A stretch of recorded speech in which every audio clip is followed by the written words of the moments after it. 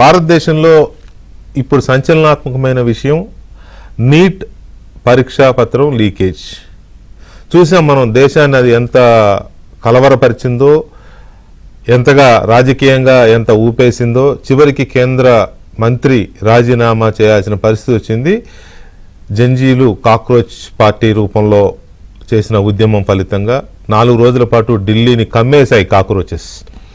So దీనికి కారణం ఏంటి అంటే నీట్ పరీక్ష విధానంలో కానీ పరీక్ష నిర్వహణలో కానీ కేంద్ర ప్రభుత్వం అవలంబించిన విధానం లేదా దాన్ని అవలంబించిన తరహాలో అవలంబించకపోవడం, ఈ ప్రధానంగా ఇవి. పైగా లీకేజ్ ప్రశ్నపత్రాల లీకేజ్ ఒకసారి అయితే వెంటనే సర్దుకుని ఇచ్చేయకుండా మళ్ళీ నెక్స్ట్ ఇయర్ మళ్ళీ అవ్వడం, ఇది ఒక చరివిత చరణంగానో లేకపోతే ఒక అలవాటైన ప్రక్రియగానో మారిపోయింది. అది చాలా గొప్ప ప్రభుత్వం అని చెప్పుకునే ఈ ప్రభుత్వ హయాంలో కూడా ఈ లీకేజీల పరంపర కొనసాగడాన్ని యువతరం జీర్ణించుకోలేకపోయింది. తత్ఫలితంగా ఉద్యమాన్ని చూసాం మనం. ప్రభుత్వం దిగొచ్చింది ఓ మేరకు. కేంద్ర మంత్రి రాజీనామా చేశారు. 47 మంది సీనియర్ అధికారులని ఒక వేటుతో తీసిపడేశారు. ఇదంతా ఉద్యమం తర్వాతనే. అయినా ఉద్యమం మంటలు ఇంకా పార్లమెంట్ ఇంకా కుదిపేస్తూనే ఉన్నాయి. సరే, అది సెపరేట్ ఇష్యూ అనుకోండి.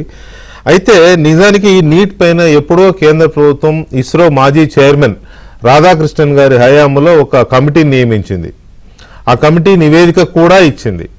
ఆ నివేదిక ఎందుకు ఇప్పటి వరకు అమలు కాలేదనేది పెద్ద క్వశ్చన్. ఆ నివేదిక మొత్తంలో చాలా పాయింట్స్ ఉన్నాయి. ఆ చాలా పాయింట్స్లో అత్యంత కీలకమైన పాయింట్, నీట్ పరీక్షని ఆఫ్లైన్లో కాకుండా ఆన్లైన్లో నిర్వహించండి అనేది ఒక కీలకమైన సూచన. ఈ పెన్ను పేపరు విద్యార్థులందరూ పాత తరహాలో వెళ్ళి అక్కడ కూర్చుని రాయడాలు దిద్దడాలు ఇవన్నీ లేకుండా మొత్తం ఆన్లైన్లో చేయండి అని చెప్పింది. ఆన్లైన్లో చేయలేదు. ఆఫ్లైన్లో వద్దు, ఆన్లైన్లో చేయమన్న ఉద్దేశమే ఈ లీకేజీలను అరికట్టడానికి రాధాకృష్ణన్ గారి కమిటీ ఇచ్చిన నివేదిక. కేంద్ర ప్రభుత్వం అది చేయలేదు. ఎందుకు చేయలేదు అంటే ఆన్లైన్లకి ఇప్పుడున్న సిస్టంలో మన వనరులు సరిపోవు అనే ఒక సాకు. ఎందుకు సరిపోవు? ఈ దేశంలో సుమారుగా 100 కోట్ల మంది ప్రజలు సార్వత్రిక ఎన్నికల్లో ఈవీఎంల రూపంలో ఓటు హక్కును వినియోగించుకుంటున్నారు. గతంలో ఒక ఎంపీ స్థానంలో ఫలితం తేలాలి అంటే బ్యాలెట్ పత్రాలు లెక్కించి రోజున్నర 2 రోజులు 3 రోజులు పట్టిన నియోజకవర్గాలు కూడా ఉన్నాయి. నేను చూశాను, నేను కవర్ చేశాను చాలా. కొన్ని సందర్భాల్లో ఎక్కడైనా గొడవ అయితే రీకౌంటింగ్ అంటే చచ్చారే, ఇంకా వారం రోజులు పట్టేది ఫలితం తేలడానికి.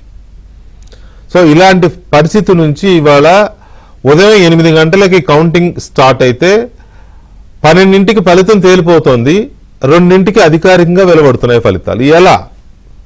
ఇది జరిగి మొదలై దాదాపుగా 25 ఏళ్ళు అయింది కదా మన భారతదేశంలోనే. అలాంటిది 100 కోట్ల మంది ఎలక్షన్ జరుగుతున్నప్పుడు ఈవీఎంల ద్వారా ఫట్ మని తేల్చేస్తున్నప్పుడు ఆఫ్టర్ ఆల్ 20 నుంచి 25 లక్షల మంది అభ్యర్థులు రాసే ఒక పరీక్షని ఆన్లైన్లో నిర్వహించడం అనేది అంత అసాధ్యమైన పని. ఒకవేళ అసాధ్యం అంటే అది మన దేశానికే సిగ్గుచేటు. నిజంగా అలాంటి పరిస్థితులు ఎన్నో ఇంజనీరింగ్ కాలేజీలు ఉన్నాయి, ఎన్నో వనరులు ఉన్నాయి, ఎంతో హైటెక్ దీంట్లో ఉన్నాం మనం. ఆన్లైన్లో నిర్వహించలేరా అనేది ఒక ప్రశ్న. రెండవది, ఇప్పుడు దేశవ్యాప్తంగా వినబడుతున్నది నేషనల్ టెస్టింగ్ ఏజెన్సీ ఎన్టీఏని రద్దు చేయాలని ఒక డిమాండ్, కాదు నీట్ను రద్దు చేయాలనేది ఇంకో డిమాండ్. ఎన్టీఏ ఒక నీట్కే పరిమితమైందా, ఇంకా వేరే ఎగ్జామ్స్ని చేస్తుందా అంటే చాలా ఎగ్జామ్స్ని కండక్ట్ చేస్తుంది. కానీ ఎప్పుడు వచ్చిన వివాదం ఎక్కువగా నీట్తో వస్తుంది. ఎందుకంటే నీట్కున్న డిమాండ్ అలాంటిది. ఒక ఫాస్ట్ ప్రెస్టేజ్ వచ్చేసింది మన మధ్యతరగతి భారతంలో. ఏంటంటే మా పిల్లలు అయితే ఇంజనీర్లు అవ్వాలి, డాక్టర్ అవ్వాలి, ఈ 2 తప్ప బతుకే లేదు. ఇంకా వేరే బతుకు లేదు. అయితే ఇంజనీర్ లేకపోతే డాక్టర్. ఆ కాంపిటీషన్లో, ఆ ఫాస్ట్ ప్రెస్టేజ్లో లేకపోతే ఇంకో దాంట్లో పడి నీట్ కోసం ఎగబడడం. ఎలా ముందు సీటు తెచ్చుకోవాలి, డబ్బులున్న వాళ్ళు సీటు కొనుక్కుంటారు మేనేజ్మెంట్ కోటాలో, మంచి ర్యాంక్ వస్తే ఫ్రీ సీట్ వస్తుంది. దీంట్లో నీట్ కోసం ఎగబడడం. దీన్ని ఎవరు సొమ్ము చేసుకుంటున్నారు? కోచింగ్ సెంటర్లు సొమ్ము చేసుకుంటున్నారు. ఈ కోచింగ్ సెంటర్లు నడుపుతున్నది ఎవరు? పెద్ద పెద్ద పాతుకుపోయిన కోచింగ్ సెంటర్ల యాజమాన్యాలు. కొన్ని చోట్ల కాదు, ఫర్ దట్ మ్యాటర్ దాదాపు 50% ఆఫ్ కోచింగ్ సెంటర్స్ కాకలు తీరిన రాజకీయ నాయకుల కనుసన్నల్లో నడుస్తున్నాయి. అది ఏ పార్టీ వాళ్ళు అనేది నేనేమి జడ్జ్ చేయదలుచుకోలేదు, ఇక్కడ చేయట్లేదు కూడా. కానీ దాదాపు 50% కోచింగ్ సెంటర్లు కానీ కోచింగ్ సెంటర్ల బిజినెస్ కానీ రాజకీయ నాయకుల కనుసన్నల్లో జరుగుతున్నాయి. అంటే డైరెక్ట్ ఇన్వాల్వ్మెంటా, ఇండైరెక్ట్ ఇన్వాల్వ్మెంటా, లేకపోతే పరోక్ష సహకారం అందించడమా, ఆయాచిత లబ్ధితోనో, లేకపోతే వాళ్ళ కమిషన్లో, వాటెవర్, అది ఏ రూపంలో అయినా ఉండొచ్చు. సో ఇలాంటి నేపథ్యంలో అసలు దీని వాల్యూమ్ ఎంత, ఈ కోచింగ్ సెంటర్ల వ్యాపారం యొక్క వాల్యూమ్ ఎంత, ఎంతమంది రాస్తున్నారు, ఎంత కాంపిటీషన్ ఉంది, ఎన్ని సీట్లు ఉన్నాయి అనేది. సో ఈ అంశాలన్నీ చర్చించాలి. తర్వాత అసలు నీట్ భవిష్యత్తు ఏంటి, మెడిసిన్ మాత్రమే చదవాలనుకుంటున్న విద్యార్థుల భవిష్యత్తు ఏంటి, తమ పిల్లల్ని మెడిసిన్ మాత్రమే చదివించాలనుకుంటున్న తల్లిదండ్రుల ఆకాంక్షల మాట ఏంటి, ఇలాంటి చాలా అంశాలకి మనకి సమాధానాలు దొరకాలి. ఎందుకంటే ఇప్పుడు కేంద్ర ప్రభుత్వం కొత్త చట్టం తీసుకొచ్చింది. ఇక నుంచి ప్రశ్న పత్రాలు లీకేజ్ అయితే 10 ఏళ్ళు జైలు, 10 కోట్లు ఫైను. నాకు ఈ చట్టం చూడగానే ఆశ్చర్యం వేసింది. ఐఎమ్ సారీ టు సే, మనం చాలాసార్లు చూస్తూ ఉంటాం కోర్టులు వేసే పెనాల్టీలు ఎలా ఉంటాయండి, 50 రూపాయలు, 100 రూపాయలు, 1000 రూపాయలు, 2 ఏళ్ళు జైలు లేదా 2000 జరిమానా, 2 ఏళ్ల జైలు ప్లస్ 2000 జరిమానా. ఇంతకంటే పెద్ద జరిమానాలు మనం ఏమైనా చూసాము కోర్టుల్లో? ఎక్కడా చూడలేదే. మహా అయితే 5000 జరిమానానేమో. సమ్ టైమ్స్ బెయిల్ ఇవ్వడానికి కండిషనల్ బెయిల్ పెట్టినప్పుడు గ్యారంటీలు అడుగుతారు, 1,00,000, 2 లక్షలు. అది షూరిటీ మాత్రమే, అది ఫైన్ కాదు, ఇది కాదు. అలాంటిది 10 కోట్లు ఫైన్ అనేది సాధ్యమయ్యే పనేనా? అసలు ఇది ఈ చట్టం అవసరమా? నిజంగా లీకేజ్ని అరికట్టాలనే ఒక ఖచ్చితమైన నిర్ణయము ప్రభుత్వాలకు, పాలక వర్గాలకు ఉంటే ఉన్న చట్టాలు సరిపోవా? ఇప్పటి వరకు లీకేజీలు నివారించడానికి చట్టాలే లేవా? కొత్త చట్టాలు అవసరమా అనేది ఒక ప్రశ్న. సో ఈ మొత్తం వ్యవహారాన్ని మనం చూసినప్పుడు, అలాగే ఇప్పుడు టాస్క్ ఫోర్స్ నియమించింది మహా మేధావులతో, నీలేకని గారు, తర్వాత ఇంకా చాలా దాదాపు 5-6 ఎమినెంట్ పర్సనాలిటీస్తో కేంద్ర ప్రభుత్వం ఒక టాస్క్ ఫోర్స్ అనుకోండి, దాన్ని ఏర్పాటు చేసింది. ఇక నుంచి వీళ్ళ సూచనలు, సలహాలు, వీళ్ళ పరిశీలన, వీళ్ళ అధ్యయనాలు, వీటి ఆధారంగా చేస్తారు. ఎందుకు మరి రాధాకృష్ణన్ గారు ఇచ్చిన నివేదికని అమలు చేయలేదు? ఇప్పుడు 5 ఎమినెంట్ పర్సనాలిటీస్తో మీరు కమిటీ వేశారు, ఆ కమిటీ ఏం చేయాలి చూద్దాం, మరి వాళ్ళు ఏం చేస్తారో చూద్దాం. కానీ అసలు ఈ ఉన్నవి సరిపోక కొత్తవి వేయడం ఎందుకు? జరగాల్సింది ఏంటి? ఎన్టీఏని రద్దు చేయాలా, నీట్ని రద్దు చేయాలా, ఎక్కడ లోపం ఉంది, ఆఫ్లైన్ మాత్రమే ఎందుకు, ఆన్లైన్ ఎందుకు పెట్టలేరు? ఈ అంశాలన్నీ మనతో మాట్లాడడానికి మన తెలుగు రాష్ట్రాల్లో సుపరిచితులైన ఐఏఎస్ అధికారి, అంటే ఇప్పుడు కాదు, కొద్ది కాలం క్రితం వరకు సీనియర్ ఐఏఎస్ అధికారి, ఎవరో కాదు, మనందరికీ తెలుసు, రెడ్డి సుబ్రహ్మణ్యం గారు. వారు అప్పుడు తూర్పుగోదావరి జిల్లా కలెక్టర్గా చేశారు, మనకి హైదరాబాద్ కలెక్టర్గా చేశారు, గ్రామీణాభివృద్ధి శాఖ ప్రిన్సిపల్ సెక్రటరీగా పనిచేశారు. ఆ తర్వాత కేంద్ర సర్వీసులకి ట్రాన్స్ఫర్ మీద వెళ్ళి అక్కడ సామాజిక న్యాయ కార్యదర్శిగా పనిచేశారు. తర్వాత కేంద్ర ఉన్నత విద్యాశాఖ, ఇప్పుడు ఏదైతే మనం మాట్లాడుకుంటున్నామో ఆ విద్యాశాఖకి ఆయన కార్యదర్శిగా పనిచేసి నూతన విద్యా విధానము, నీట్ పరీక్షల్లో మార్పులు, ఎన్టీఏ ఏర్పాటు, ఇటువంటి అంటే ఏవైతే మనం మాట్లాడుకుంటున్నామో, ఏవైతే ఇప్పటి వరకు నేను గొంతుపోయేలా మాట్లాడానో వాటన్నిటిలోనూ ఆయన కీలక బాధ్యతలు నిర్వహించారు రెడ్డి సుబ్రహ్మణ్యం గారు. వారితో మనం మాజీ ఐఏఎస్ అధికారి, కేంద్ర ఉన్నత విద్యాశాఖ మాజీ కార్యదర్శి రెడ్డి సుబ్రహ్మణ్యం గారితో మనం లైవ్లో మాట్లాడుతున్నాం. సార్ నమస్తే, good evening, welcome to my live show. Good evening Venkat. Yeah, Subrahmanyam గారు, ఫస్ట్ వీటన్నిటిలోకి వెళ్లే ముందు మీరు చాలా హోదాల్లో పనిచేశారు. పర్టికులర్గా ఉన్నత విద్యాశాఖ మాజీ కార్యదర్శిగా, తర్వాత ఇందాక నేను చెప్పిన నీట్ పరీక్షలో మార్పులు కానీ, ఎన్టీఏ ఏర్పాటు విషయాల్లో కానీ చాలా కీ రోల్ ప్లే చేశారు కదా.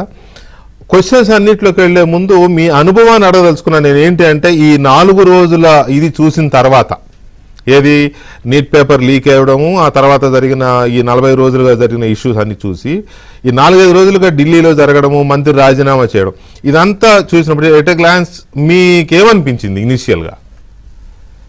అంటే ఇప్పుడు ఈ విద్యా విధానంలో ఉన్న లోపాలని ప్రజలు మొదటిసారిగా గుర్తించారని నేను అనుకుంటున్నాను. ఓకే. చాలా మటుకు ఏంటంటే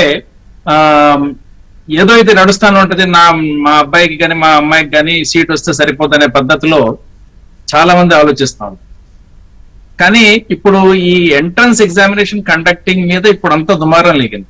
అవును. కానీ first thing I want to say is that ఇది ఒక విద్యా వ్యవస్థలో ఉన్న లోపాలను ఎత్తి చూపే ఒక ఫెయిల్యూర్ మాత్రమే నేను మొట్టమొదటిగా, అంటే మనం మీ అందరికి కూడా ఒకసారి క్లారిఫై చేద్దాం. అంటే ఒక ఎగ్జామ్ ను మనం సక్రమంగా కండక్ట్ చేయలేకపోయినామంటే అది ఒక విద్యా వ్యవస్థలో ఉన్న లోపాలకి ఒక దర్పణం లాంటిది అన్నట్టు. కాబట్టి మనం ఎప్పుడైనా ఎగ్జామ్ కండక్టింగ్ మనం చేయలేకపోయినప్పుడు మన విద్యా వ్యవస్థలో ఏంటి, దానిలో ఉన్న లోపాలు ఏంటి, అవన్నీ కూడా మనం ఒకసారి తరచి చూడాల్సిన అవసరం ఉంటుంది. ఈ 4 రోజులే కాదు, ఇంకా ఈ యాజిటేషన్ స్టార్ట్ అయినప్పటి నుంచి కూడా 40 డేస్ అయింది. ఈ 40 రోజుల్లో అందరు కూడా ఏంటంటే విద్యా వ్యవస్థలో ఉన్న లోపాల మీద చాలా మంది దృష్టి సారించారు. అది చాలా మంచి విషయం. ఎందుకంటే ఇప్పటి వరకు మేము హైయెస్ట్ పొజిషన్స్ లో ఉండి ఇది ఈ విధంగా చేస్తే బాగుంటది, రిఫార్మ్ తీసుకొస్తే బాగుంటది అని మనం చెప్పడం వేరు, ప్రజల నుంచి ఆ డిమాండ్ రావడం వేరు. ఆ ప్రజల నుంచి ఆ డిమాండ్ రావడం అనేది చాలా మంచి విషయం. కాబట్టి ఇప్పుడు దీని మీద మనం అసలు విద్యా వ్యవస్థలో ఉన్న లోపాలని ఏ విధంగా మనం సవరించుకోవాలనే దాని మీద అందరూ కూడా ఒకసారి తరచి చూడాల్సిన అవకాశం వచ్చింది, అవసరం కూడా వచ్చింది. అయితే సార్ ఇక్కడ నాకు ఒక ఇష్యూ ఏంటంటే, డెఫినెట్ గా మీరు అన్న పాయింట్ ప్రజల నుంచి కూడా రావడం అనేది సంతోషించాల్సిన విషయమే. దానికంటే ముందు ప్రభుత్వాలు వీటిని ఎలా సెట్ చేయాలి అనేది ప్రభుత్వాలు ఆలోచించాలి. ఈ ప్రభుత్వం ఆలోచించలేదని మనం అనడానికి లేదు. రాధాకృష్ణన్ గారి కమిటీ వేశారు, నో డౌట్. కానీ ఎక్కడ ప్రాబ్లం వస్తుందంటే, స్వామినాథన్ గారి కమిటీ వేసినా సిఫారసులు అమలు చేయరు, జైతీ ఘోష్ గారి కమిటీ వేసినా సిఫారసులు అమలు చేయరు, రాధాకృష్ణ గారి కమిటీ, అది ఏ రంగమైన కానివ్వండి, అది వైద్యము, వ్యవసాయము, విద్య, వాట్ ఎవర్, రాధాకృష్ణన్ గారి కమిటీ వేసినా నివేదికలు అమలు చేయరు. సో ఇక్కడ రాధాకృష్ణన్ గారు ఇచ్చిన సూచనల సారాంశం ఏంటి ప్రధానంగా? అంటే ఆయన ఆ కమిటీ ఏంటంటే చాలా పెద్ద కమిటీ, అంటే చాలా మంది 10 మంది దాకా ఉన్నారు ఆ కమిటీలో. రకరకాల సూచనలు చేశారు. మొత్తం మీద 101 సజెషన్స్ ఇచ్చారు, 101 సజెషన్స్. ఈ సజెషన్స్ అన్ని కూడా రకరకాల విషయాల మీద ఉన్నది.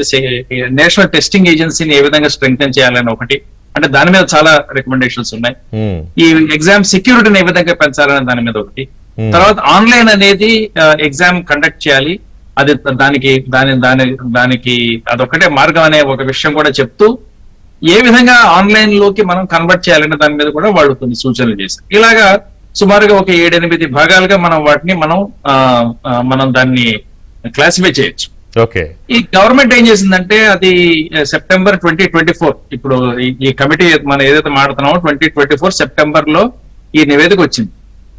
రాగానే గవర్నమెంట్ ఏం చేస్తుందంటే, మేము ఈ నివేదికను ఆమోదించేస్తున్నామని చెప్పి ఒక ఫైల్లో రాసేసి దానికి పార్లమెంట్ లో కూడా చెప్పారు, ఇది మేము నివేదికను ఆమోదించాము. కానీ ఆమోదించడము, అమలు చేయడం టూ సెపరేట్ థింగ్స్. చాలా తేడా ఉంది రెండింటికి, చాలా తేడా. ఆమోదం చేసేశారు, దాని మీద మనం డిక్లరేషన్ కూడా ఇచ్చాం, ప్రెస్ ఇన్ఫర్మేషన్ బ్యూరో నుంచి కూడా వచ్చింది, అన్ని అయిపోయింది. తర్వాత యాక్షన్ లేదు, సరైన యాక్షన్ లేదు. ఐ వాంట్ అసలు లేదనడం కూడా తప్పు. ఎందుకంటే కొంత ఎన్టీఏలో కొన్ని మార్పులు వచ్చినాయి, డీజీని కొత్త మంచి డీజీని తీసుకొచ్చి వేశారు. తర్వాత దాన్ని అయితే వాడిని స్ట్రెంగ్థెన్ చేయడం, దాని మీద అయితే ఏమీ పెద్దగా యాక్షన్ జరగాలి, అంటే ఉండాల్సినంత యాక్షన్ జరగలేదు. అది సాధారణంగా గవర్నమెంట్ లో అయ్యేది. అంటే అందుకని నేను అంటున్నా, ప్రజల నుంచి ఎప్పుడైతే డిమాండ్ వచ్చిందో అప్పుడు ఈ ఫైళ్ళన్నీ ఓపెన్ అవుతాయి. అది అయ్యేంత వరకు కూడా ఏదో మనం చేసేసాం sir, we have already approved this అనేది ఒక తంతు కింద ఒక సమాధానం వస్తుంది. మీరు కూడా స్టూడెంట్ లైఫ్ చూశారు, చాలా కింది స్థాయి నుంచి చదువుకుని చాలా అనుభవంతోనే చదువులో కూడా అనుభవం కదా, మనం స్కూల్ ఎడ్యుకేషను, తర్వాత ఇంటర్మీడియట్ ఎడ్యుకేషను, హైయర్ ఎడ్యుకేషను, యూనివర్సిటీలో చదువుకోవడం ఇవన్నీ చూసి వచ్చిన వాళ్ళే. మీరు చూసిన వాళ్ళమే, మీ తర్వాత మీ వెనక మేము వచ్చిన వాళ్ళమే, మన వెనక ఇప్పుడు జంజీలుగా చెప్పబడుతున్నాయి ఇప్పుడు కాక్రోచ్ పార్టీ కార్యకర్తలు కానీ వాట్ హూఎవర్. అయితే ఈ మూమెంట్ ఇంతగా వచ్చేంత వరకు ప్రభుత్వం ఎందుకు దీన్ని సెట్ చేయలేకపోయింది? ఎందుకంటే లాస్ట్ లీకేజ్ ఎక్స్పీరియన్స్ ఉంది. గత ప్రభుత్వము గత పార్టీలు తీసేద్దాం మనం, ఇదే నీట్కి సంబంధించి లీకేజ్ ఎక్స్పీరియన్స్ ఉంది.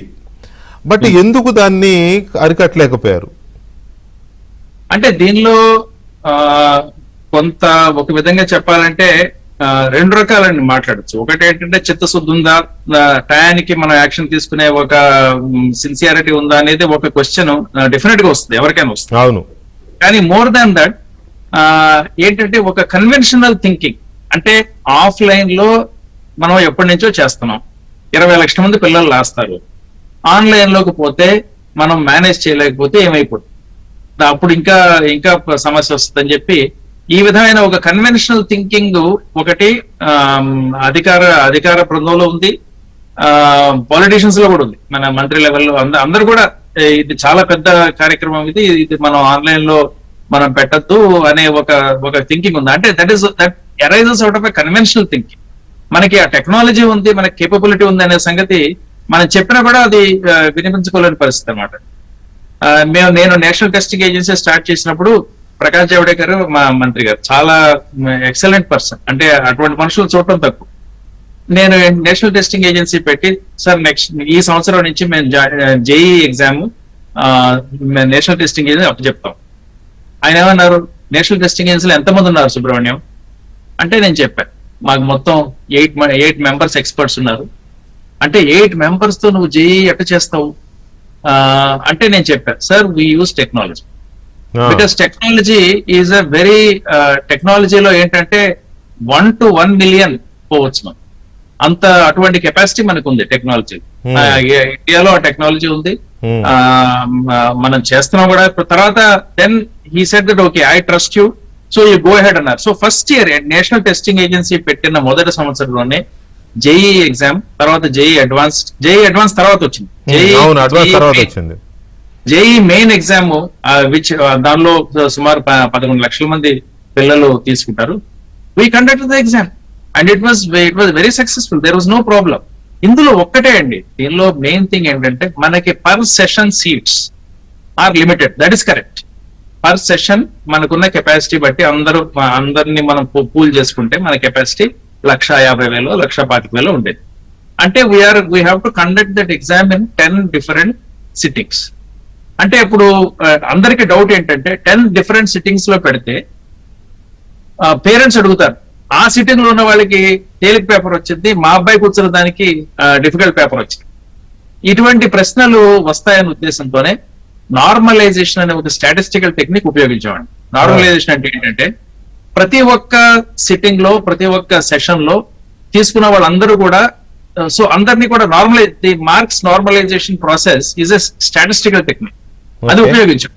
దాంతో ఏంటంటే సుప్రీంకోర్టుకి వెళ్ళారు వాళ్ళు, ఇది ఇట్లా అవుతుంది. Supreme court went through this normalization process and they said this is perfectly correct, so you go ahead అంటే చేసాం. So same process of conducting exam in different sessions is also possible for NEET exam. ఇక్కడ ఒక point sir, మీరు ఇప్పుడు చెప్పిన JEE exam మీరు conduct చేసిన 11 లక్షలు 12 లక్షల మందికో ఆన్లైన్ చేసింది మీరు చెప్తున్నది ప్రకాష్ జావడేకర్ మంత్రిగా ఉన్నప్పుడు, అంటే 10 years back story, right? So ఈ 10 years లో మనం ఇంకా చాలా సాధించాం, ఎంతో అడ్వాన్స్ అయ్యాం. ఏ స్థాయికి వెళ్ళామంటే, సరే అతిశయోక్తులని కాదు కానీ మనం విశ్వగురు అని చెప్పుకునే స్థాయికి వెళ్ళిపోయినప్పుడు మీరు చెప్పిన 12 లక్షలకి ఇప్పుడు ఎగ్జామ్ రాసిన 24 లక్షల మందికి డిఫరెన్స్ ఎంత? సగం 50% మీరు 10 ఏళ్ల క్రితం చేశారు. అంటే 24 లక్షల మందికి ఆన్లైన్ చేయడం ఎందుకు అసాధ్యమవుతుంది? అది సేఫ్ ప్రొసీజర్ అయినప్పుడు, సేఫ్ మెథడ్ అయినప్పుడు 10 ఏళ్ల క్రితమే 11 ఏళ్ల క్రితమే సుప్రీం కోర్టు కూడా దిస్ ఈజ్ పర్ఫెక్ట్ అని సర్టిఫై చేసినప్పుడు ఇప్పుడు ఎందుకు కష్టం అవుతుంది? అది కష్టం కాదండి, అది ఓన్లీ మెంటల్ బ్లాక్. ఒక విధంగా నేను చెప్తే మెంటల్ బ్లాక్ అని నేను అనుకుంటా, ఇంకో విధంగా వేరే వాళ్ళు ఏం చెప్తారంటే మెంటల్ బ్లాక్ కాదండి, వాళ్ళు కావాలని అంటే లీకేజ్ వీరులు ఎవరైతే ఉన్నారో వాళ్ళకి ఈ ఆఫ్లైన్ పద్ధతి చాలా సులభంగా వాళ్ళు క్రాక్ చేయొచ్చు. ఆన్లైన్ లో అది చాలా కష్టం. సో ఒక అభిప్రాయం, నేను దాంతో నేను ఏకీభవిస్తున్నాను చెప్పండి. అభిప్రాయం ఏంటంటే దీని ఇప్పుడు ఈ ఆఫ్లైన్ కి పోవడం, ఆఫ్లైన్ నుంచి ఆన్లైన్ కి షిఫ్ట్ కావడానికి వ్యతిరేకత హెల్త్ మినిస్ట్రీ నుంచి తర్వాత ఎందుకు వచ్చిందంటే some vested interest are preventing it.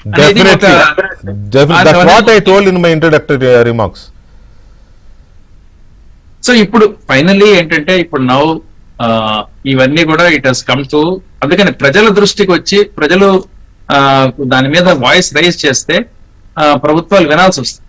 So అటువంటి పరిస్థితి ఈరోజు వచ్చింది కాబట్టి ఇప్పుడు నేను అనుకున్నది ఏంటంటే ఇది ఎగ్జామ్ రిఫార్మ్ ఏదైతే ఉన్నదో ఇది is a starting point of a big reform process in the higher education. Higher education లో చాలా చాలా చాలా ఇబ్బందులు ఉన్నాయి.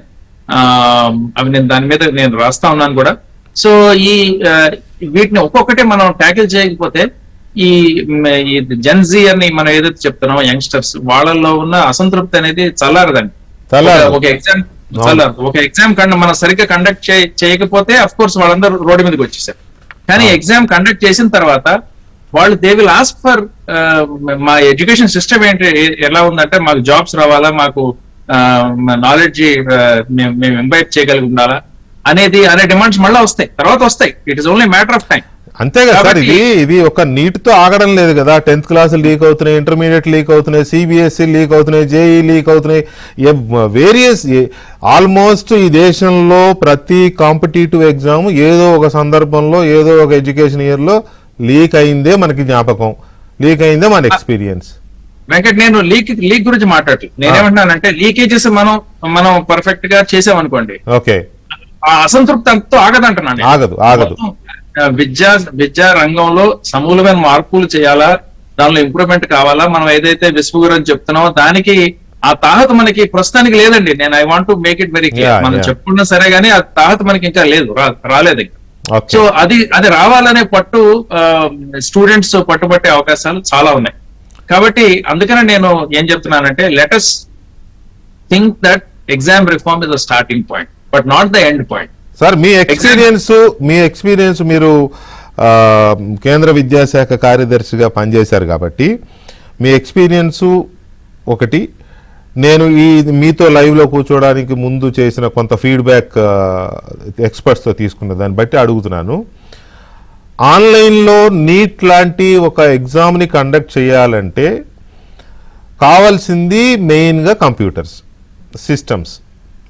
ఈ దేశంలో ఎన్నో ఇంజనీరింగ్ కాలేజెస్ ఉన్నాయి, ఎన్నో మెడికల్ కాలేజెస్ ఉన్నాయి, ఇంకెన్నో రకరకాల ప్రొఫెషనల్ కాలేజెస్ ఉన్నాయి కదా. ఈ కాలేజీలో అది ఏ సబ్జెక్ట్ అన్నా కానీ, అది మెకానికల్ ఇంజనీరింగా, సివిల్ ఇంజనీరింగా, అది ఏదైనా కానివ్వండి, అంతా సిస్టమ్స్తోనే పని, కంప్యూటర్స్తోనే పని కదా. సో ఇన్ని వాస్ట్ ఇవి ఉన్నప్పుడు, రిసోర్సెస్ ఉన్నప్పుడు అంత కష్టమవుతుందంటారా? అది కష్టం కాదు కానీ వెంకట్, మన దీంట్లో ఏంటంటే మనం చేయాల్సింది అవన్నీ కూడా సెక్యూర్ ఎన్విరాన్మెంట్ లో కావాలి. కరెక్ట్. ఇప్పుడు ఏంటంటే మనకి ఉన్న కాలేజెస్ లో అవి సెక్యూర్ ఎన్విరాన్మెంట్ లో ఉండవు. సో దాన్ని సెక్యూర్ ఎన్విరాన్మెంట్ లో తీసుకురావాలంటే దానిలో కొన్ని some modifications we'll have to make, some investment we'll have to make. నేను నేషనల్ టెస్టింగ్ ఏజెన్సీ చైర్మన్ గా ఉన్నప్పుడు మేము ఫస్ట్ ఇయర్ లో that was our first resolution. 10,000 దేశంలో 10,000 కాలేజెస్ లో ఇంజనీరింగ్ అని, తర్వాత there are some very good schools also. 10,000 colleges మనం స్కూల్స్ ని కాలేజెస్ ని ఐడెంటిఫై చేసి ఒక్కొక్క దాంట్లో 200 నుంచి 300 వరకు మనం టెర్మినల్స్ పెట్టుకొని వాటిని మనం నోట్స్ కింద ఉపయోగించుకుందాం. ఏ ఎగ్జామ్ చేయాలన్నా కూడా ఒకేసారి మనం 3, 4, 5 లక్షల మంది స్టూడెంట్స్ ఒకేసారి కూర్చునేటట్లు, తర్వాత అది కూడా కంప్లీట్ డీసెంట్రలైజ్డ్ మేనర్. 10,000 కాలేజీలు కూడా ఒక చోట ఉండవు, అన్ని బ్లాక్ హెడ్ క్వార్టర్స్ ఉంటాయి, తాలూకు హెడ్ క్వార్టర్స్ ఉంటాయి. సో అటువంటి ఆ విధంగా మనం చేయాలనేది ఒక సంకల్పం, ఒక రెజల్యూషన్ ఇప్పటికీ ఉంది. అది పాస్ చేశారు కానీ దాన్ని ఇంప్లిమెంట్ చేయాలి. సో అటువంటిది ఇప్పుడు నేను అభిషేక్ ఉన్నారు, ఆయన నేషనల్ టెస్టింగ్ ఏజెన్సీ చైర్మన్, అతనితో నేను మాట్లాడుతూ చెప్పాను, this is sensible thing. You develop capacity of our institutions, educational institutions, to act as exam nodes for a national level test. ఎప్పుడైతే ఎగ్జామ్ జరగట్లేదు అనుకోండి, అప్పుడు వాళ్ళు ఉపయోగించుకుంటారు దాన్ని, కంప్యూటర్ అవును. ల్యాబ్ కింద ఉపయోగించుకుంటారు, స్టూడెంట్స్ కూడా దాని వల్ల లబ్ధి పొందుతారు. ఈ I'm 100% certain that path will be taken. It is only ఇప్పుడు అది రికార్డులన్నీ తీస్తే తెలుస్తుంది, ఈ సజెషన్ ముందే వచ్చిందిరా బాబు, ఇది ఇప్పుడు మనం తప్పనిసరిగా చేయాలని. సో అది జరుగుతుందని నేను అనుకుంటున్నాను. రైట్. సో ఆ కెపాసిటీ మనకు ఉంది, కొంతవరకు ఉంది. ఆ కెపాసిటీని కొంచెం పెంచాల్సిన అవసరం ఉంది. ఉన్న కెపాసిటీలో కొన్ని మార్పులు కూడా తీసుకోవాల్సిన అవసరం ఉంది. చేస్తే డెఫినెట్ గా మనం లార్జ్ నెంబర్ ఆఫ్ పీపుల్ ఒకేసారి మనం తీసుకోవడానికి వీలుపడుతుంది. మీరు ఎన్టీఏ చైర్మన్ గా చేశారు కాబట్టి, తర్వాత ఎడ్యుకేషన్ సెక్రటరీగా చేశారు, చాలా చాలా బాధ్యతలు ఉన్నాయి మీరు చేసినవి. వీటన్నిటి దృష్టిలో పెట్టుకొని ఇప్పుడు 2 రకాల డిమాండ్స్ వినపడుతున్నాయి.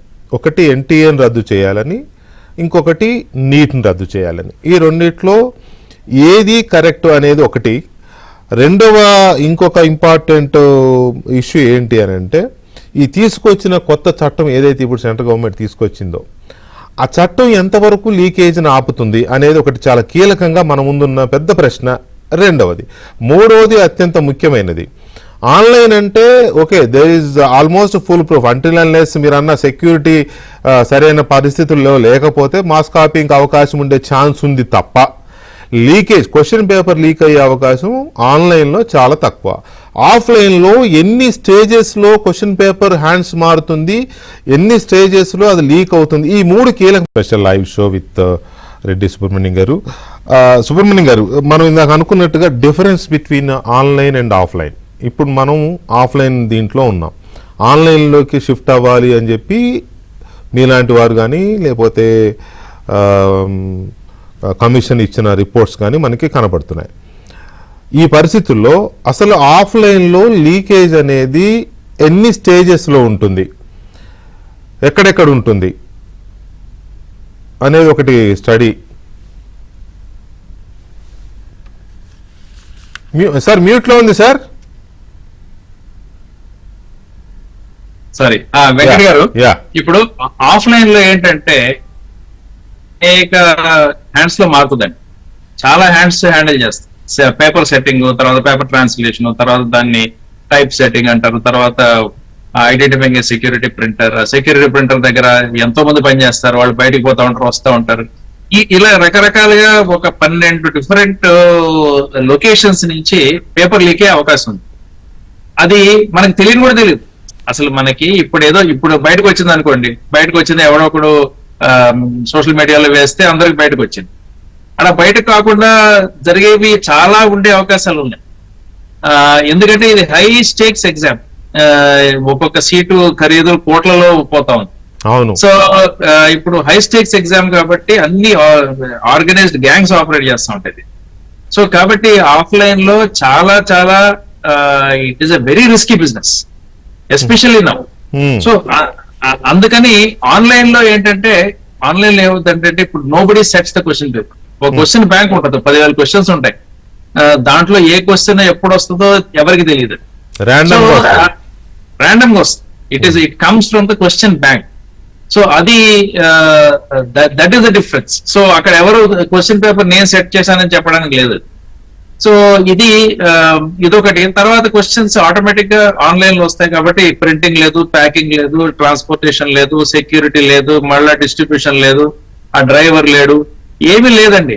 అంటే మనకి system directly from the central server to the student. So దానివల్ల చాలా చాలా రకరకాల సమస్యలన్నీ కూడా సాల్వ్ అవుతాయి. కానీ అది కంప్లీట్లీ ఫుల్ ప్రూఫ్ అని మనం చెప్పడం చాలా తప్పు. అది ఏది కాదు, ఈ భూమి మీద ఏది ఫుల్ ప్రూఫ్ కాదు, ఏది ఫుల్ ప్రూఫ్ కాదు.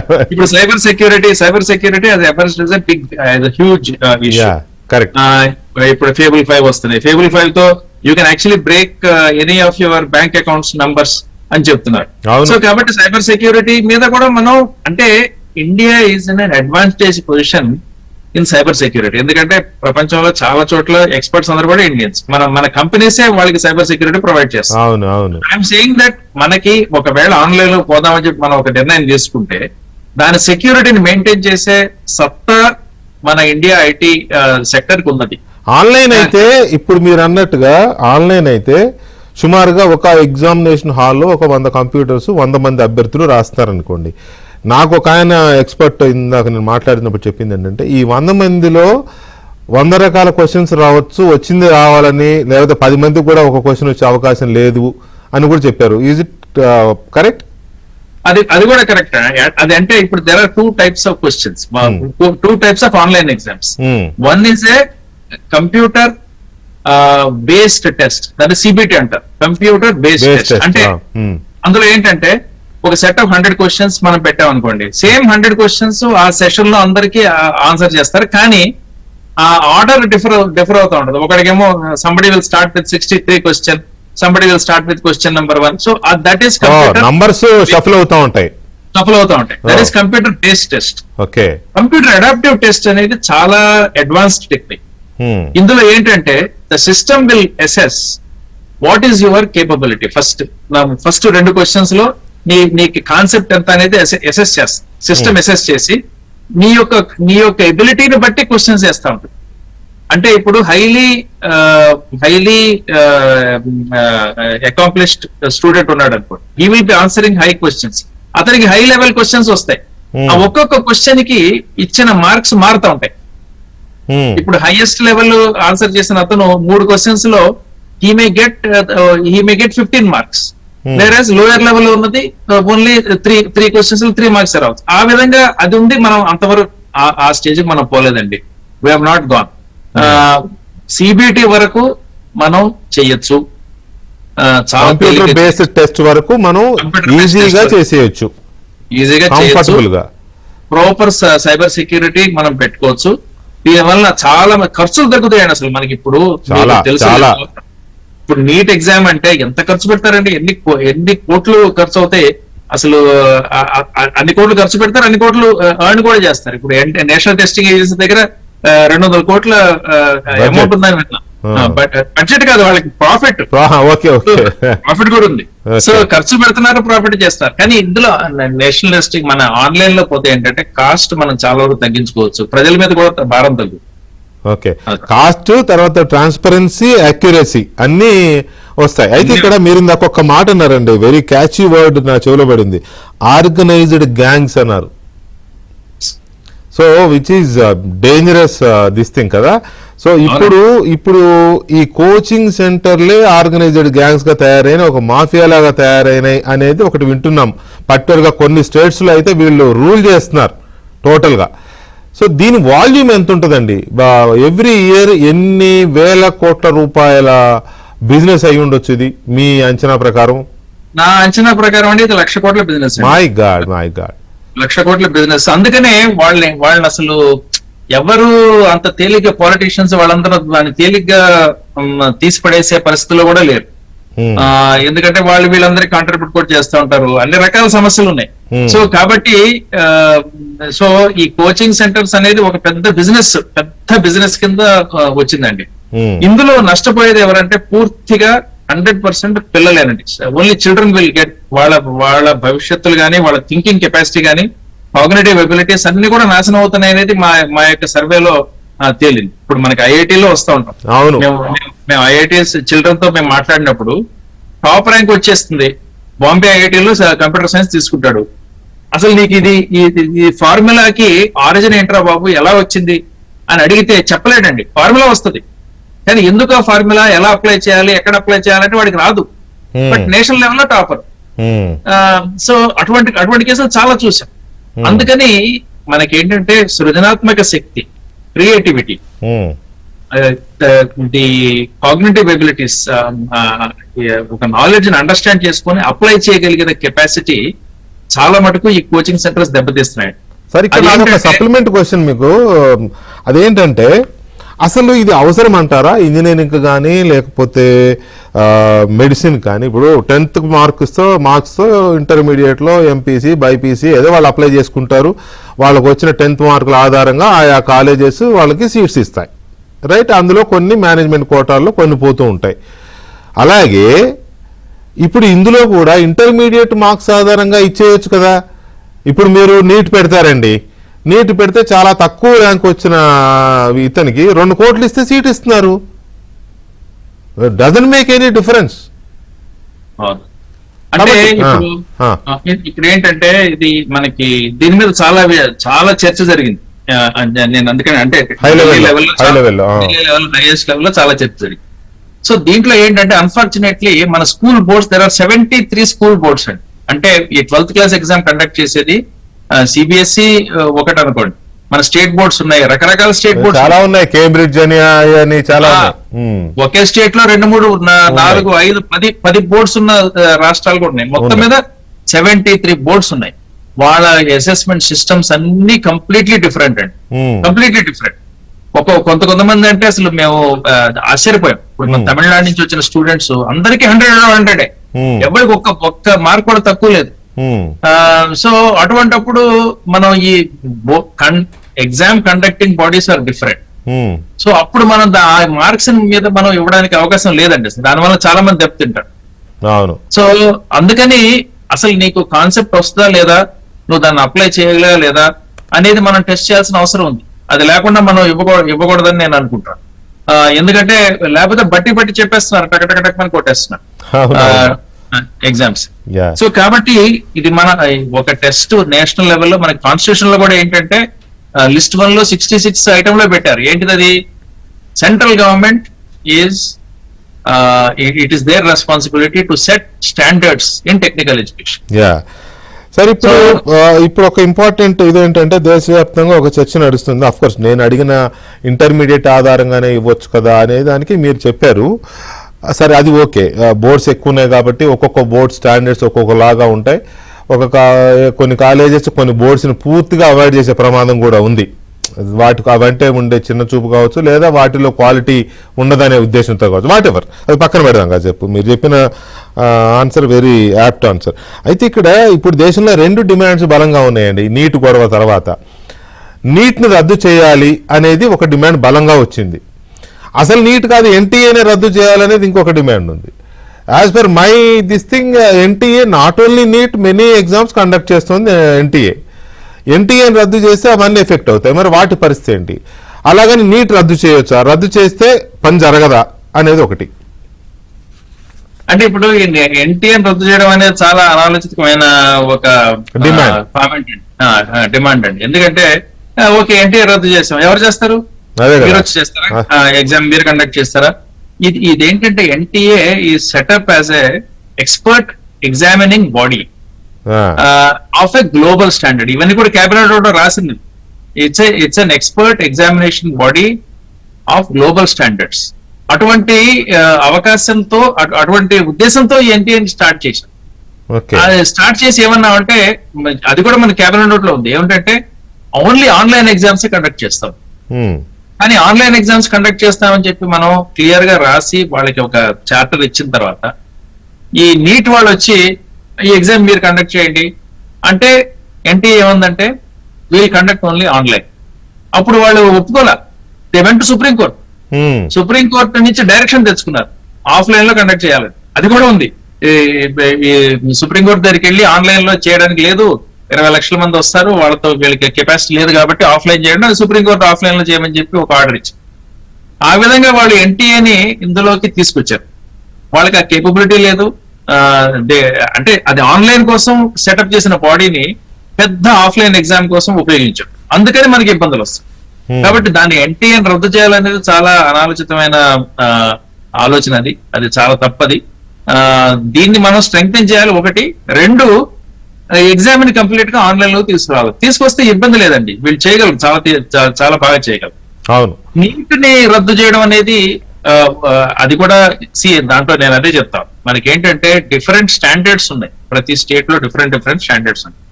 వేరేజ్ టెక్నికల్ ఎడ్యుకేషన్ అనేది not only national but also global level కి పోవాలి. That is what we are thinking. India is suppose to be a major supplier of technical manpower to the whole world. That is our thinking కాదు, that's reality కూడా. మన Indian doctors పోయి అన్ని చోట్ల చేయట్లేదండి. ఇప్పుడు మొత్తం అన్ని చాలా దేశాల్లో ఇప్పుడు మన యుఎస్ఏలో కూడా మన వాళ్ళదే పై చేయి డాక్టర్స్, కెనడాలో కానీ. కాబట్టి మనకి ఏంటంటే it is our responsibility to set high standards, దానిలో నో డౌట్ అండి. అయితే how to set high standards అనే దాని మీద చాలా నాకు వేరే విధమైన థింకింగ్ ఉంది. నేనేమంటానంటే ఈ ఒకే ఎగ్జామ్ తో మీరు తేల్చేద్దండి. వాడికి స్టాండర్డ్స్ చేయలేం. Correct. Over a period of 2 years you conduct 12 exams. ప్రతి నెలన్నరకి ఒక ఎగ్జామ్ పెడతా ఉంటాం, చిన్న ఎగ్జామ్స్ అన్ని ఆన్లైన్ లో నీ స్కూల్లోనే నువ్వు తీసుకో. అండ్ ఆ మార్క్స్ అన్ని కూడా మనకి కౌంట్ అవుతా ఉంటాయి. అదే విధంగా ఇప్పుడు మన యుఎస్ లో అడ్మిషన్స్ ప్రాసెస్ చూస్తే వాళ్ళెవరు బేస్డ్ ఆన్ యువర్ జిఆర్ఈ ఇవ్వరండి. Seat is never given on the base of G R. నువ్వు ఏం చేసావు, వాట్ ఈస్ యువర్ ఎక్స్పీరియన్స్, నువ్వు దానిలో ఎక్కడైనా నువ్వు ఇంటర్న్షిప్ చేసావా, ఎవరికైనా ఫర్ ఎగ్జాంపుల్ మెడికల్ స్టూడెంట్ అయితే కంపల్సరీగా you have to serve in old age home or mentally challenged persons home. ఎన్జిఓలో పనిచేయాలి 3 months ఏమో. ఎన్జిఓలో పనిచేయాలి, అది లేకపోతే సీట్ రాదు. సో మనం కూడా ఏంటంటే ఇప్పుడు ఇంజనీరింగ్ కానీ మెడిసిన్ కానీ ఆ విధంగా అతనికి ఆ యాప్టిట్యూడ్ ఉన్నదా లేదా అనేది మనం మెజర్ చేయొచ్చు. ఆ వెదర్ ఇప్పుడు ఇంజనీరింగ్ అనుకోండి, ఏదైనా ఇన్నోవేషన్ ఛాలెంజెస్ లో పాల్గొన్నావా, స్మార్ట్ ఇండియా హ్యాకథాన్ లో పాల్గొన్నావా, ఏమైనా ప్రైజులు వచ్చినాయా, వాటికి మనం we can give some weightage. కానీ సార్ ఇక్కడ గతంలో అంటే నీట్ రాకముందు రాష్ట్రాల్లో ఎంసెట్ ఉండేది. రాష్ట్రాల్లో సెంట్రల్ సీట్స్ కోసం ఇంకొక టెస్ట్ ఏదో సెంట్రల్ గవర్నమెంట్ ఆధ్వర్యంలో ఉండేది. ఆ సీట్స్ దాంతో భర్తీ అయ్యేవి. ఎంసెట్ మాత్రం స్టేట్ లెవెల్లో మెడికల్ సీట్స్ ఎంసెట్లో చేసాం. ఇంజనీరింగ్ అండ్ అగ్రికల్చర్ మెడికల్ అన్నిటికీ ఒకటే కదా అప్పుడు కూడా బాగానే జరిగాయి. కాకపోతే ఏదన్నా ఒక స్టేట్లో పేపర్ లీక్ అయితే ఆ ఒక్క స్టేటే ఇంపాక్ట్ అయ్యేది. కానీ ఇప్పుడు నీట్ వల్ల దేశం అంతా ఇంపాక్ట్ అవుతుంది కదా. ఎందుకు స్టేట్స్ ఇప్పుడు తమిళనాడు గవర్నమెంట్ స్టాలిన్ గారు సీఎం ఉన్నప్పటి నుంచి అడుగుతున్నాడు, ఆయన వ్యతిరేకిస్తున్నాడు నీట్ని. ఇట్లా ఇంకొన్ని స్టేట్స్ కూడా చేస్తున్నాయి. ఎందుకు స్టేట్స్కి ఇచ్చేయకూడదు అంటే ఇది ఏంటంటేనండి, వీఆర్ అట్ పొజిషన్, అదే చెప్తాం మనకి ఏంటంటే we are responsible for setting high standards across and also global standards. మనకి ఎందుకంటే India will be a major technical manpower destination in the world. అవును. సో దానికి ఏంటంటే అన్లెస్ చూసే ఇప్పుడు నేను తమిళ్లో చదువుకుంటా, తమిళ్లో అంటే తమిళనాడులో స్కూల్ ఎడ్యుకేషన్ చాలా స్ట్రాంగ్ అండి. సో నీట్ పెట్టినప్పుడు వాళ్ళు చాలా వ్యతిరేకించారు. నేను అప్పుడు సెక్రటరీగా ఉన్నా, వాళ్ళు చాలా వ్యతిరేకించారు. ఇది కుదరదు మాకు, వాళ్ళంతా వచ్చి రిప్రజెంట్ కూడా చేశారు.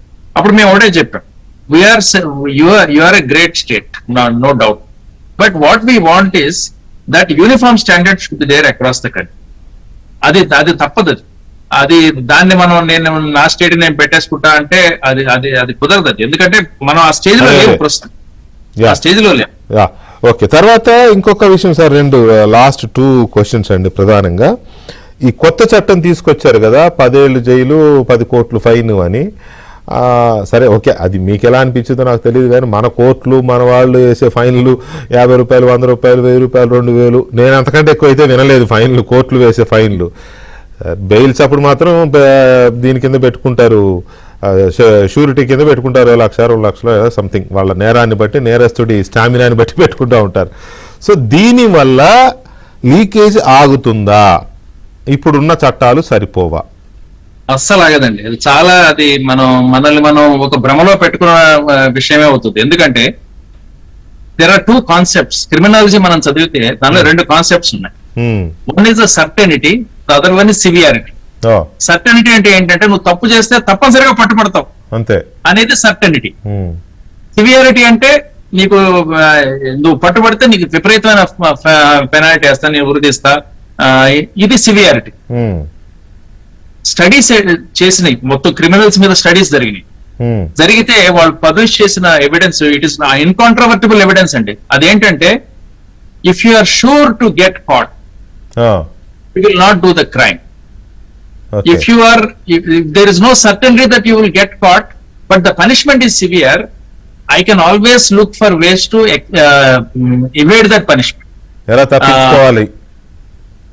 తప్పించుకుంటారు డెఫినెట్ గా. 9 మందిలో 10 మందిలో 7-8 తప్పించుకుంటారు. సో కాబట్టి certainty of punishment is more important. మన దాంట్లో ఏంటంటే సర్టెనిటీ లేదు. ఎందుకు లేదు? మన ఇన్వెస్టిగేషన్స్, ఆ ఇన్వెస్టిగేషన్ చేయగలిగిన కెపాసిటీ ఉన్న మన పోలీసులు లేదండి. వాళ్ళ పాపం వాళ్ళు నేను తక్కువ చేయట్లా, వాళ్ళకి తలకాయ నొప్పులు అంటే వాళ్ళ తలకాయ నొప్పులు వాళ్ళకు ఉన్నాయి. అంటే ఎక్స్పర్టైజ్ ఒక ఇష్యూ అయితే వాళ్ళ పైన ఉండే ప్రెషర్స్ భారం చాలా విపరీతమైన భారం ఉంది. సో మనకేంటంటే ఇన్వెస్టిగేషన్ జరగవండి, సరిగా జరగవు. ఇన్వెస్టిగేషన్ జరిగిన తర్వాత మన కోర్టుకు పోతాం. ఇంకా కోర్టులో ఇంకా అసలు దాని గురించి మనం మాట్లాడాల్సిన అవసరమే లేదు. 4-5 సంవత్సరాలు నడిచే డెఫినెట్ గా నడుస్తుంది. ఇప్పుడు ఈ చట్టంలో కూడా ఏం చెప్పారంటే they have given 2 months time for completing investigation. Okay, you will complete in 2 months. Then what will happen in the judicial system? దాని గురించి మనం ఏం చెప్పట్లేదు ఇంట్లో. నథింగ్ జుడిషియల్ సిస్టమ్ లో మనం ఏం చెప్పట్లా that you have to finish this enquiry with in 6 months అని మనం ఏం చెప్పలా ఈ యాక్ట్ లో. కాబట్టి ఈ యాక్ట్ వల్ల మనకు ఒరిగేది అయితే ఏం లేదండి, అసలు జీరో. ఎందుకంటే ఇది only just to create that feeling that government is acting on that. Actually కోర్టుల్లో వెంటనే తేలుతుంది ఇది అని ఇది ఉంటే తప్ప దాన్ని మనం నమ్మలేం. కరెక్ట్. అంటే ఫాస్ట్ ట్రాక్ కోర్ట్స్ కూడా ఒక ప్రొవిజన్ పెట్టారు దీంట్లో. అది కూడా నేను చూసినాను, ఫాస్ట్ ట్రాక్ కోర్ట్ పెట్టాను. బట్ అది రావాలా, అది దానికి ఫాస్ట్ ట్రాక్ కోర్టు పెట్టాల్సిన బాధ్యతని స్టేట్ గవర్నమెంట్ వదిలేసి. అవును, చట్టం చదివితే దాంట్లో ఆ బిల్లు ఇప్పుడు ప్రస్తుతం పార్లమెంట్ లో డిస్కషన్ లో ఉంది. అది స్టేట్ గవర్నమెంట్ వదిలేశారు అనమాట. సో ఇది సెంట్రల్ యాక్ట్, కానీ స్టేట్ మీద మీరు భారం పెడుతున్నారు. దానికి మీరేం డబ్బులు అయితే ఏమి ఇవ్వట్లేదు. కొత్త కోర్టు పెట్టాలంటే you require some funding also. అదంతా లేదు మరి. సో దీంట్లో చాలా లోపాలు అయితే ఈ బిల్లులో చాలా ఉన్నాయి. దీని మీద చర్చ జరగాల్సిన అవసరం ఉంది. నేను చెప్పేది ఏంటంటే నువ్వు నీ యొక్క సిస్టమ్ ని ఫస్ట్ పర్ఫెక్ట్ చేయి, లూప్ హోల్స్ ని కవర్ చేయి. తర్వాత ఎవడైనా బయటకు వస్తే ఎవడైనా దాన్ని క్రాక్ చేయడానికి ట్రై చేస్తే you have a very very good team, expert team to investigate and then prosecutions కూడా తొందరగా జరగాల. అది ఎంత పనిష్మెంట్ ఇస్తున్నాం అనే దానికంటే కూడా తప్పు చేస్తే నేను పట్టుబడతాననే భయం ఎప్పుడైతే ఉందో ఆటోమేటిక్ గా క్రైమ్ తగ్గుతాయి.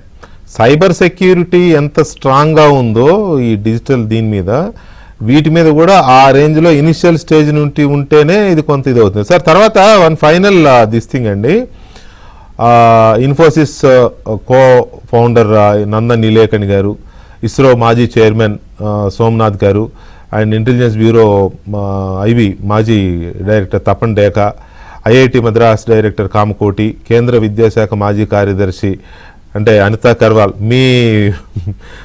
మీ తర్వాత ఆవిడ చేసినట్టున్నారు. ఆవిడ స్కూల్ ఎడ్యుకేషన్ లో చేశారు. మీరు హైయర్ ఎడ్యుకేషన్, రైట్ కరెక్ట్. తర్వాత లాజిస్టిక్స్ ఎక్స్పర్ట్ 89 బ్యాచ్, మీది 85 కదా సార్? 85. యా, ఆయన 89. అమృతలాల్ మీనా.